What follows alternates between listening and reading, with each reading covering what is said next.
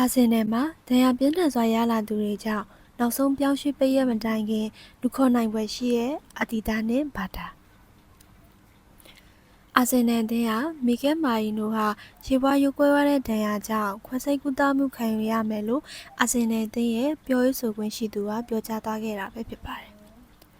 မယ်ရီနိုဟာပြီးခဲ့တဲ့ဘက်ကကစားခဲ့တဲ့မန်ချက်စတာယူနိုက်တက်နဲ့ပွဲမှာဒဏ်ရာရရှိခဲ့တာဖြစ်ပြီးအာဆင်နယ်ရဲ့နောက်ဆုံးပွဲနှစ်ပွဲကိုလည်းလွဲချော်သွားခဲ့တာပဲဖြစ်ပါတယ်။အသက်29နှစ်ရှိပြီဖြစ်တဲ့မယ်ရီနိုဟာအာဆင်နယ်အသင်းကို2024-2025အပြောင်းရွှေ့ရာသီမှာပြောင်းလာခဲ့တာဖြစ်ပြီးပထမရာသီမှာတင်အသင်းအတွက်အရေးပါတဲ့တိုက်စစ်နေရာမှာဆော့ကစားခဲ့က44ပွဲကစား6ဂိုးသွင်း5ဂိုးဖန်တီးပြီးခြေစွမ်းပြခဲ့ပါတယ်။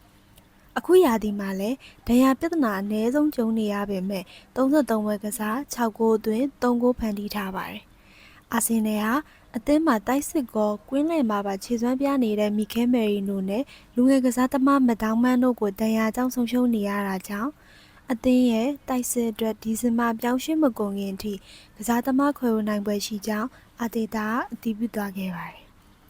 ပြီးခဲ့တဲ့စနေနေ့မှာလီနဲ့၄ဂိုးကိုမရှိနိုင်ခဲ့တဲ့ပွဲမှာလည်းတောင်ပန်ကစားသမားဖြစ်သူဘူကာယိုဆာကာဟာလည်းလေ့ကျင့်ခန်းပြုလုပ်ရမှာဒဏ်ရာနှိမ့်ငယ်ရရှိသွားခြင်းကြောင့်ပွဲချို့ကိုလွဲချော်ပွဲရှိနေပါတယ်။ထို့ကြောင့်အားကစားဒါရိုက်တာဖြစ်တဲ့ဘာတာဟာ